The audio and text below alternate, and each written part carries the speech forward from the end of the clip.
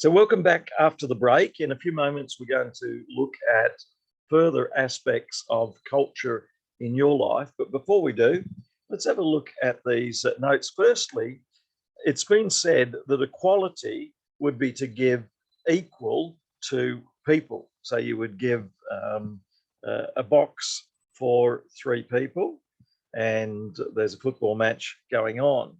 But that's not seeking to balance the opportunity there. Equity is seeking to give a bit more to the person who needs a bit more. And so equity seeks to bring more of a balance. Equality is about sameness, that is, everyone gets the same, whereas equity is about fairness and seeking to move towards equality of outcomes. And we've seen that whereby you could give extra help to certain groups to help them to catch up and move forward. We also need to recognise that as culture consists of language, beliefs, taboos, dress, food, non-verbal and verbal skills, often we can have preconceptions about what people look like, and we can bring those to the culture that we're looking at. Banks has said that 5 dimensions of multicultural education include a knowledge of diverse people, and that we were talking before the break about the opportunities that you might be able to bring to help people to acknowledge diversity and see diversity and move away from prejudice, and to help bring equitable opportunity for all students. We also have personality differences in that some people can sit still, some people find it harder, some people good with verbal, others with written, and so some find that harder. Gorski described 5 defining principles of multicultural education, including the political, the process that works to secure social justice, social justice itself, seeking to bring equality and equity, reforms in schools that seek to bring balance and support and to eliminate inequality so that all students can have equal education. Can I get you to list up to 5 things about yourself and to think about if the opportunity to express those 5 things were taken away, how would you cope? I guess you could even, list different. I guess for me, being a teacher, you can't always be a teacher. I have a bit of British heritage, Australian heritage. So again, if I wasn't allowed to acknowledge those, yeah. Alex, can you tell us what are some things about yourself that if they were taken away, would you find it easy or hard if some aspects of your culture and the ways you're described in terms of culture were taken away? How would you cope? Yeah, I don't know. I have a little bit of Asian culture in my background, and I guess that's it. On my dad's side, he's the sort of dad to push you on in terms of academic standards, and if I didn't have that in my family or my background, I might not be as disciplined as I can be. Yeah, sounds good. Someone else, their thoughts on Martha. What are your thoughts on aspects of culture that defines you and how you'd cope?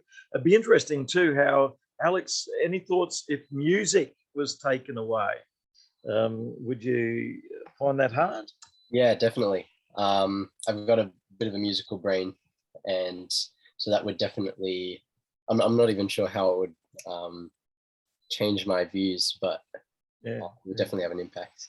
yeah, that's true. Martha, thoughts on aspects of culture that influence you? Well, I was actually going to say if music was taken away from me, Yes.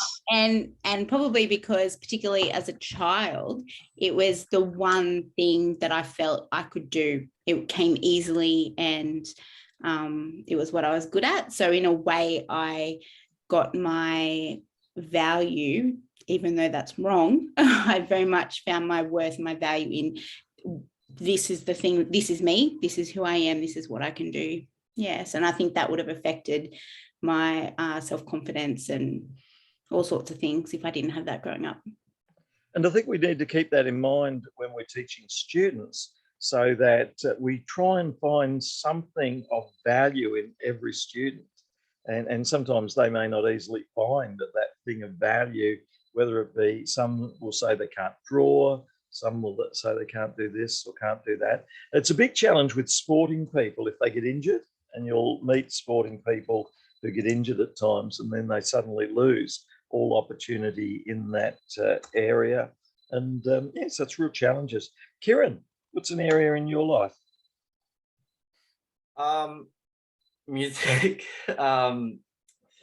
It's also really big in my life, and a lot of what I do with music, or performing music or listening to music, but also literally the only other part of my personality is my faith.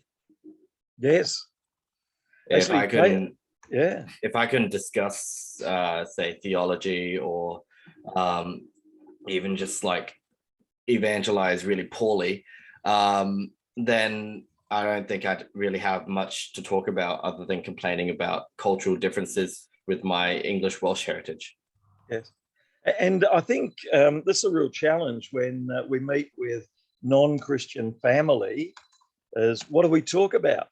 In that faith is so central and important to us. And if you're like me, you find that challenging at times. You want to talk about your faith, but the non-Christian family don't necessarily want to hear more tales about your faith. And you've got to be careful not to talk negatively about your faith, because the non-Christian family have already got enough negative views. And so all of these partly define who we are, though a healthy sense of self-identity doesn't totally connect to these. It connects to God and self that are beyond the interests that we have. So there's a lot more that we could look at there in terms of aspects of our identity that connect to various cultures and interests that we have, and the challenge that we face if some of these are taken away from us. So back to the lecture notes with Andy Crouch on culture. Andy Crouch says that we need to challenge the naive, ineffectual assumption that Christians can go out and read a biblical passage and change the world. The culture that's out there is challenging. As teachers, we need to challenge a simple assumption that we can tell every student to read and write and they'll find it easy. Tell every student to enjoy music or sport or maths and they'll find it easy. We need to realise that there's huge differences in students and in their background, and we've got to be sensitive to the diversity that we have. And we have to work in partnership with God, who's transforming people and transforming children and students and bringing out the best in them. So cultural change in students or in the places that we're involved in are often unpredictable and challenging. And you may find that schools that you're at, communities that you're at, churches that you're at, doesn't always go easily or well, but we are called to contribute to a positive, healthy culture. And to do that, we need a positive, healthy understanding of ourselves. Each cultural development in society, so new media, we get radio, we get TV, now we've got social media, is going to bring about changes in the world that we live in. COVID has brought about changes. Changes in transport brings changes. And often, this is happening all the time. Every 10 years, I think we've real changes in the way in which people behave and see their world and interact with their world. Can I get you to list 1, 2, or 3 technologies that you think have really changed your culture? And so technologies can make a big difference in our culture. Can you think of 1, 2, or 3 technologies that really change your culture?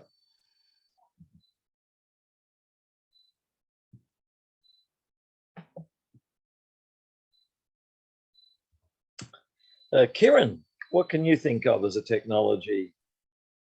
I was hoping to go first because the really obvious ones are cars,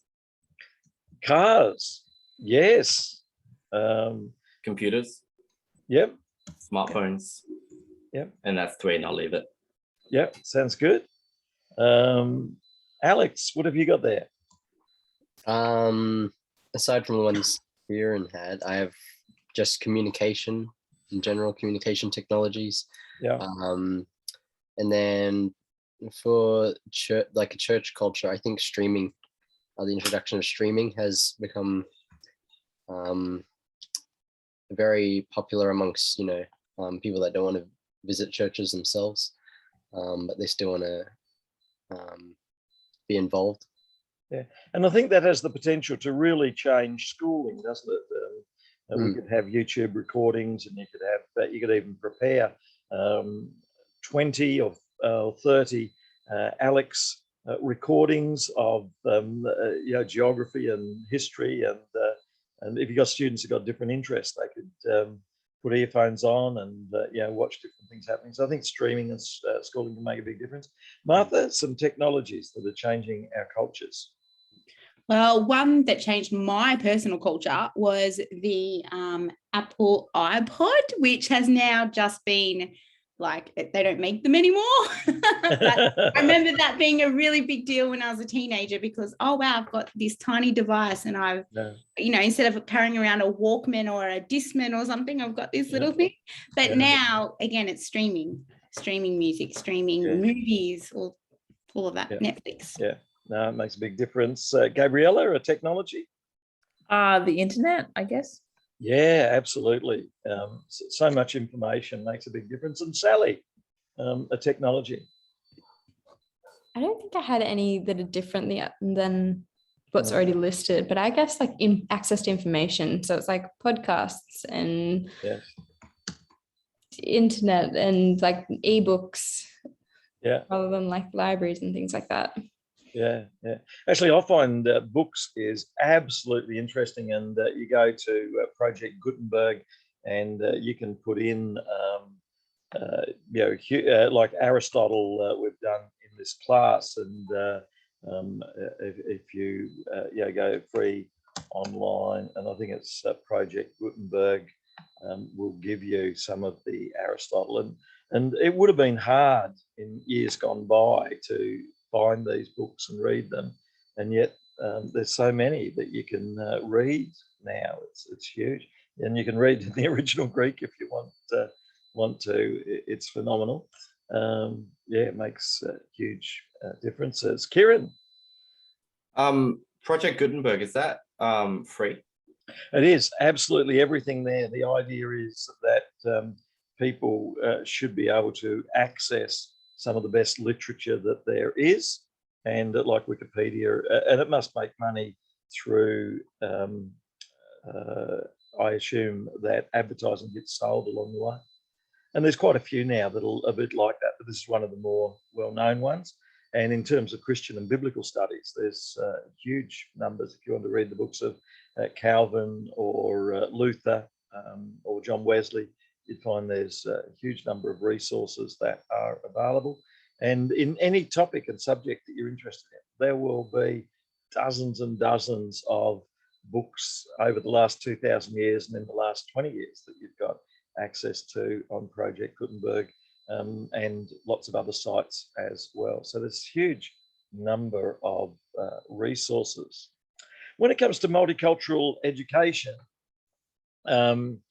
it's amazing the thoughts that come into our mind as we see different facial features. Can I get you to write down some thoughts about the people that you see? So as a teacher, look at the following faces and share your first impressions. So you've got a teacher, these three come and join your class, and just write down 1 or 2 words, 3 nice people or something like that. Yep. And so that's one example. And then we get another person. And if you can write down this one here, we should put numbers next to them. So I guess this is number 1. Oops. And then we could label this one number 2. And yeah, it's going to let me go. Oh, will. So number 2. And then number 3, you get a student in your class full of enthusiasm. What sort of label would you put on that student? And then you get a quirky group of students who are wanting to do some little project. So if you can work out who the quirky group of 3, 6, 9, 10, 11. So there must be 11 decide to make something. So they get together and they make something. And particularly 2 of them came up with the idea, and then they get the other 9 people to work with them on it. And this seems to be one of the key guys leading the idea. And eventually he drops out of his law degree. He decides not to drop out after the first year and continues on the second year of law, and then finally drops out because he gets a little bit busy. And this one, he wants to join your class. What sort of label would you put on the guy in blue? And then when the parents comes in and wants to be part of your class, what sort of label do you put on this parent? And then this guy comes in and wants to join your class. What sort of label do you put on this one?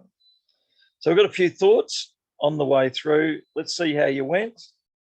So the first one, these are the National Merit Scholar winners 2011 at a particular high school. So they all did well.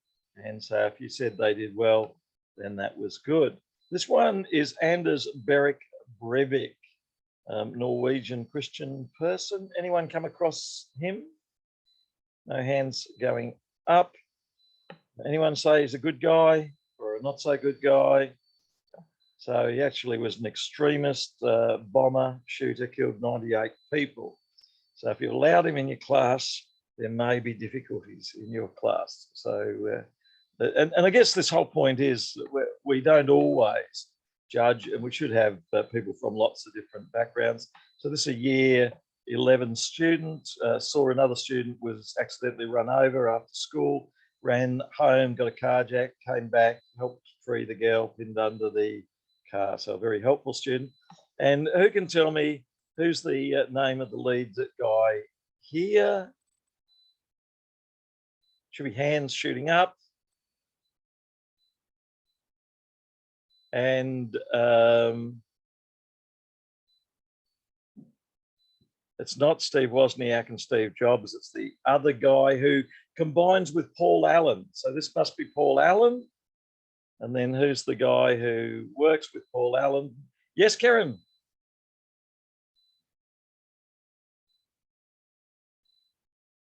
Sorry. I don't know Paul Allen. Is that Bill Gates though? That is Bill Gates. So Paul Allen and Bill Gates are the guys who come up with a way of making a computer program that can be used, and it's the DOS program. And then they realize they don't have it, so they buy it off someone and then sell it onto IBM, and then they keep working with it. And he was fortunate in that he went to an advanced school that had early computer developments that helped him get ahead. This one here is a lineman for Duke University. He won a scholarship from football. This one here is a pope, so you'd want to treat them well. And then this here is a fugitive criminal from Camano Island, Washington. and he stole small aircraft, a boat, cars, burglary, residences, and sentenced to 6.5 years for lots of crime. So it shows the challenge that we face when subconsciously we're looking at different backgrounds and cultures. We need to also look inwardly, therefore, and look at our self-understanding and our group understanding. Each one sees the individuals, people around them in different ways. And this relates to worldviews. And in one of your other subjects, you do a lot on worldviews. So in America, they seek to develop a multicultural curriculum, and they seek to say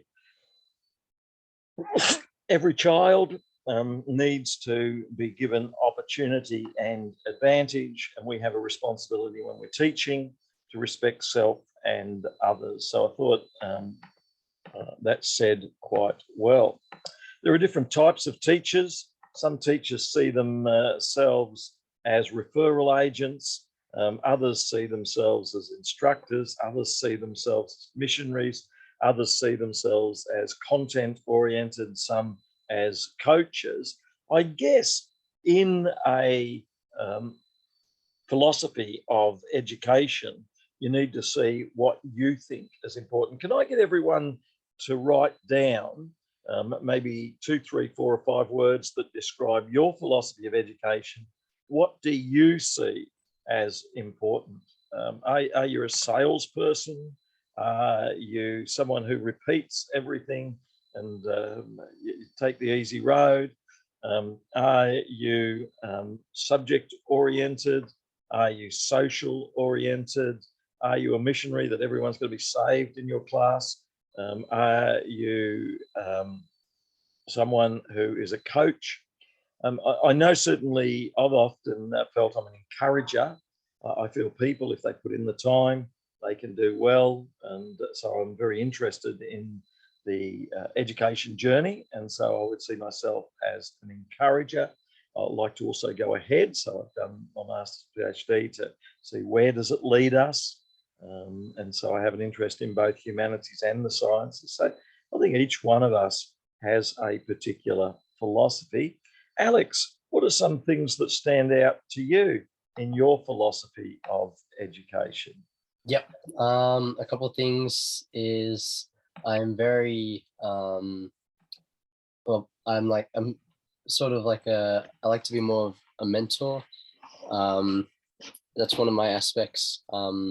I guess is just to look at how certain subjects are going to be applied to the students' life.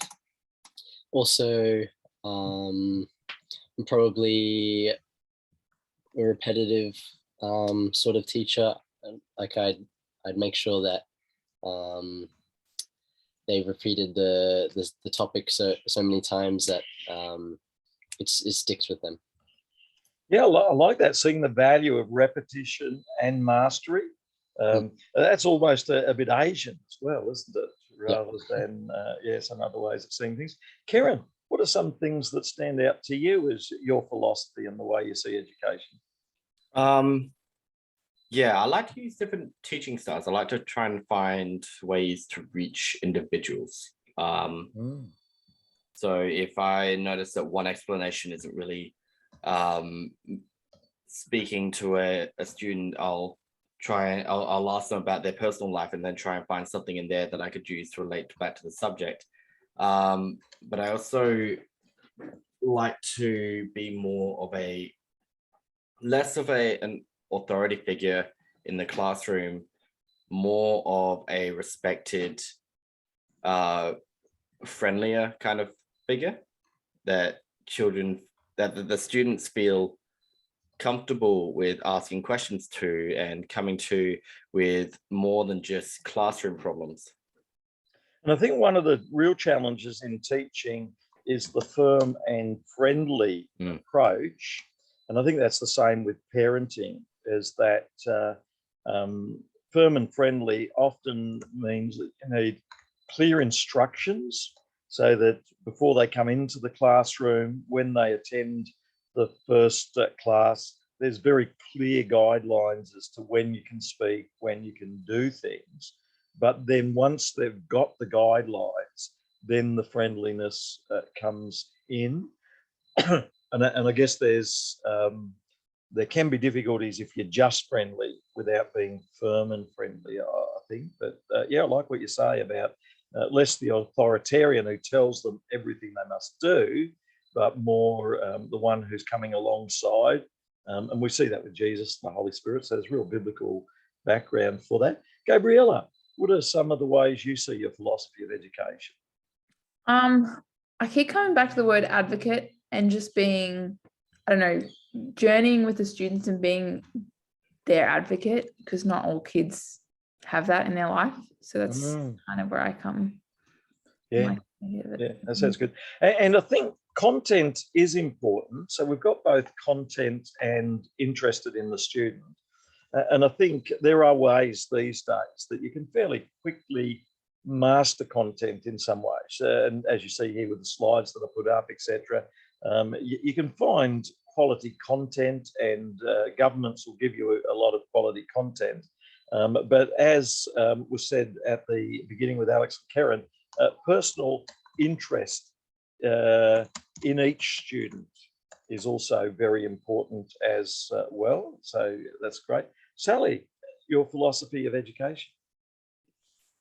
I'm sure it's going to continue to develop, but at this point, and what I appreciated as a student was the information being presented in a contextual way. So not only mastery of the particular element, but seeing how it fits in overall. That fits with application too, doesn't it? But yeah, go on. Yep. Yeah. Personal relationships, intentional. Yes. So you've got a goal, you know where you're going, so it's intentional. Yep. That sounds great. And then who have I not asked? Martha. So I really like, in the back of my mind, there is a missional aspect to teaching. Even though I saw on your little slide there that it said that these teachers won't last long. Yes. I think ultimately that is probably all of our goals in a way. Obviously, Yes. In whatever job we do, it's got to be missional. Yes. And it can be pastoral as well as missional, can't it? Yeah. Looking at every aspect of their physical care, their mental care, their spiritual care, their sense of hope and purpose, prayer, and in a Christian context, etc. Any other thoughts on aspects of mission, Martha? Yeah, I think that along with that, walking alongside people, that pastoral care, type of thing. Yeah, and because I come from a learning support background, I think very much into the creating the bond, because I had to do that first before I could help them often. That was really important. Whereas when you're the teacher of a classroom, it may not be as vital to do that first. But no, that's so good. So cultural responsive teaching seeks to not only keep an eye on the academic, but as you've all said very, very well, we want to be relevant, and we also want to be relevant to the cultures from the backgrounds in which they come. So they come from gender, they come from families, they come from, and I think family is so important, that show an interest in what the different members of your family do.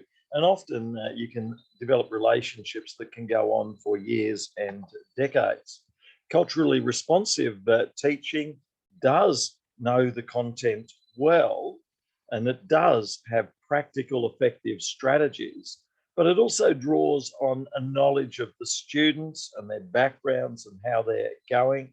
It's aware of the different abilities, the different approaches to instruction, and it constantly looks at the teacher's own attitudes about race and class and culture and how they fit in. So it's culturally responsive.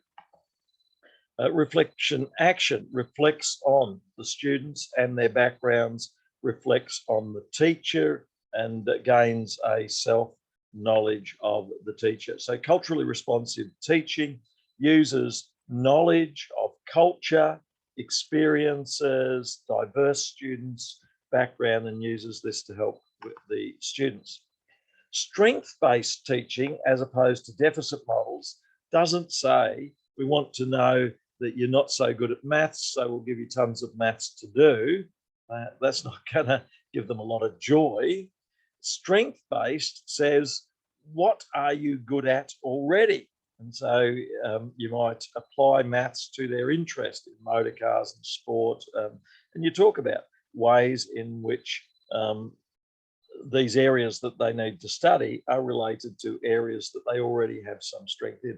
And this builds confidence, it engages students in their work, it helps them to be more productive, helps bring individual growth, helps bring career satisfaction as they find areas they're interested in, and it helps you keep going staff retention and helps the organisation when we value strength-based. So a strength is the talent that a person already has, recognizing that they haven't tried everything yet. So there may be new things that they try, and they have strengths in particular thoughts and feelings and behavior. So it looks at what they're good at already, and it encourages them before it moves on and tries things that they are less good at or less interested in. It looks at knowledge that they already have and looks at skills that they already have. So that's strength-based. And this builds students and leaders who are engaged, who connect with prior experiences, have positive emotions. And I think you need a balance between looking at the strengths that they can do easily, but then stretching them to do a bit more and then go back to what they can do easily as well. So it looks at these. So rather than focusing on the problems the students have, we look at the possibilities.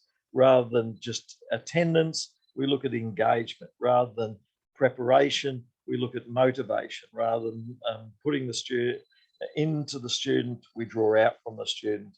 And rather than looking for average results, we look at excellence in areas they can do well. So rather than a dominant paradigm of what they are able to be led to do, we look at how they can be encouraged. Carl Jung once said, I'm not what's happened to me stuck in the past, I'm what I choose to become as I grow into the opportunities. So our deepest fear is often not that we are inadequate, but that we have powers, but we're afraid to use them. Not it's the light that we can do that may frighten us, not just the darkness. We can also ask ourselves, who am I if I'm brilliant, talented, fabulous, rather than just in the darkness, hiding and shy? As we let our light shine, we unconsciously give other people permission to do the same. So it's important that we do well. So strength-based values all of the people in their cultures and backgrounds. It's not about just the values that some cultures have, and it's not just fixed on problems. You're not fitting in, you're not doing this. So it recognises there's a diversity of difference. The goal of cultural responsive teaching is to create a learning environment where all students, whatever their background, can find that which they can find satisfactory and grow into. In a 2000 book, Culturally Responsive Teaching, Geneva Gray defined culturally responsive teaching as that which validates values, prior experiences, cultural knowledge of students. It's comprehensive, it's transformative, and it's a mantra. It brings them freedom and hope. So the world is changing, cultures are changing, people are wrestling with these changes. We've now got televisions and cars. We've now got all of these changes taking place. Different people need to combine the values of the past with the new things that we're going into, and they'll do this in different ways. Andy Crouch says, cultural change, it can at times be gradual, we don't see it. Other times it can be quite fast. And so we need to recognize that we're wrestling with these different changes. And in your next assignment, you're asked to look at 2 cultural groups, and you're asked to think about how are these groups handling tradition of culture, and also the way they're responding to the challenges perhaps that are presented as the world changes before us as we go forward.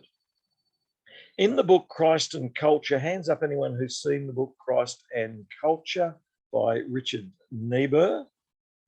He says that recognizing that you have one culture, which could be a Christian culture, and you've got other cultures out there that could be the world culture or the secular culture.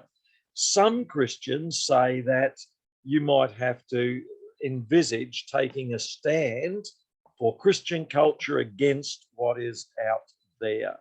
So they'll identify a Bible passage that says this is what the Bible says, and that we need to stand up for what we hold as valuable. So Tertullian, he said, yes, that's one. Some of the monastics said, look, let's withdraw into the desert and we can be separate. And certainly the Amish culture see that. That is, if you're going to be a Christian Amish, we don't want you driving cars. You can ride horse and buggy, but you'll destroy the world if you drive a car. So that's an Amish culture. Tolstoy, the great author there, John Nelson Darby in his Bible, all of these are saying Christians, you got to stand for your culture against the others. And you may be able to, can you think of any churches or groups or people you know who feel as though their culture is separate from the culture out there? Any hands going up? Anyone able to think of a person, a group, a church that's isolating from culture? So if you think about it, there may be some out there. Martha, can you think of any? I was just thinking, what about like anti-vax groups? Oh, absolutely. So it's them versus the world, and they're really struggling because it's not easy to live in a them versus the world sort of approach. Exactly. So anti-vax groups would say that the society has given us this vaccination and it's got potential problems with it, and I'm going to stand up for what I believe in. So that's a Christ would be with me, taking a stand against this dominant idea that everyone needs to be vaccinated.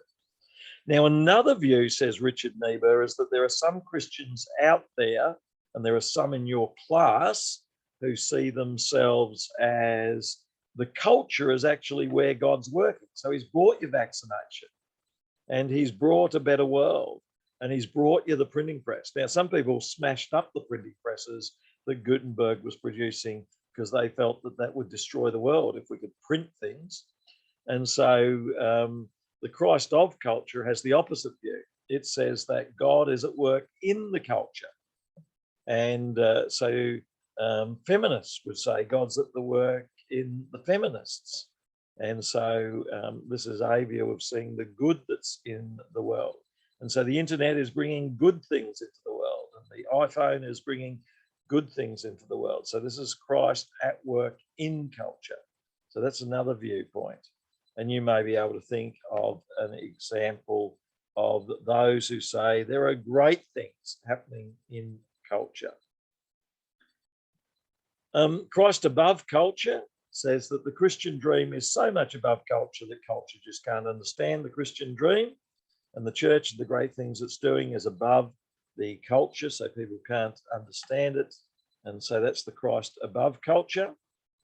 And so Thomas Aquinas in 1100 AD, he felt that Christ is above the culture, and that through the University of Paris, they could pass on the good, but it's above. And I think Karl Barth would be like that. It's beyond the world to understand. Christ and culture in paradox are Christians who say that they're talking about such different things, and Jesus on the cross is so different. And Martin Luther was an exponent of this. And so it is different, but it's paradoxically different. That is, Jesus is washing people's feet. And then lastly, the one that Richard Nieburh probably holds to most is that Christians and the gospel message should transform culture to be good. And so this is one way that Christian teachers in a classroom can be bringing cultural transformation. So whether the students come from Aboriginal culture or it come from another culture, we value your existing culture, but we see that when you bring the Bible and Jesus, it's going to bring much, much more in as well. And Augustine, John Calvin, John Wesley, Jonathan Edwards, Karl Barth, all of these saw that the Christian message brings a healthy perspective and change to culture. So that's the Christ transforming culture. And that's probably a good position. But recognize there'll be some teachers out there that see that the culture's wrong, some that see that it's different, some that see that it's above. And so you'll meet teachers with these different positions. Niebuhr is saying the best teaching position is that you bring the salt and light that transforms the culture that you're a part of. So there's some of the things that we've looked at today. So we've gone through discussing culture, which comes from the agricultural term that you raise up and develop plants and animals within the context in which they're set. And every group has different language, clothing, music styles, things they value. Some are neutral, some are not so good, and some are wonderful. And we wrestle with different views that people have about what is the best in culture, what is not so good. And when it comes to critical thinking, it's easy to think your culture and your way of doing things is the right way, and to forget that there are different cultures with different perspectives that we need to honor and value. Not to give up our culture, to give up our viewpoints, but to humbly recognize the value of the others, to look back at our own, look in a mirror and seek to check that ours are healthy. And then when we fully own a healthy understanding of our own culture, then we can move forward from that healthy perspective. So it's an interesting subject, Christ and culture. Can I get each person to maybe say one thing that stood out to them today? Gabriella, and then Sally, and then Alex, Martha, and Kira. Gabriella, what stood out today? I just really liked that picture of that very clearly articulated the difference between equality and equity. Sorry. I don't know, that just really stuck with me and it's just making me think. So yeah. Yes. So we've got to help some students a bit more, and other students have got ability, they can go on and do their maths, but some are going to need a bit of extra so that they get equity rather than just given 3 minutes time each or something. So good. Sally, what stood out? I think I'm just still processing everything, but yeah, I don't think I have something yet. Sorry. Yeah, that's good. Alex, what stood out today? I liked when we sort of reflected on our own philosophies as that sort of, I'd already written some stuff down for my assignment, but I think I'm going to change that up a little bit. Yeah, and self-understanding, self-knowledge, as Socrates and others have said, is very valuable, and recognizing that we're growing and changing, but self-understanding is very useful. Martha, what stood out? I think for me, just how broad the word culture, like what it encompasses, is massive. Like I think I had quite a small view of thinking, oh, culture is just like someone's background or something, but to think about, you have a culture in a school and you have culture in society, like it's everywhere, and it all makes up like who we are. Yeah, and so we have the identity of the person, we have the identity of the school, the identity of the community, the identity of the sports group. There's lots of identities, and they're all very, very important. And sometimes they're challenged. And then I guess we have a foundational identity that goes beyond these identities as well, which is very important. Kieran, what stood out? I especially like the where at the very end when we spoke about Christ transforming culture. I think that really stuck with me because that aligns with a lot of what I believe about the cultures of the world, and that no culture can really be set in stone. It's, Yeah, so no culture is totally set in sandstone, has a lot to offer at times, but there is this change that's happening, and we need life and vitality of God and Christ and the Spirit and the Bible to be in this journey forward. Yeah, that's terrific. So let me stop the recorder there.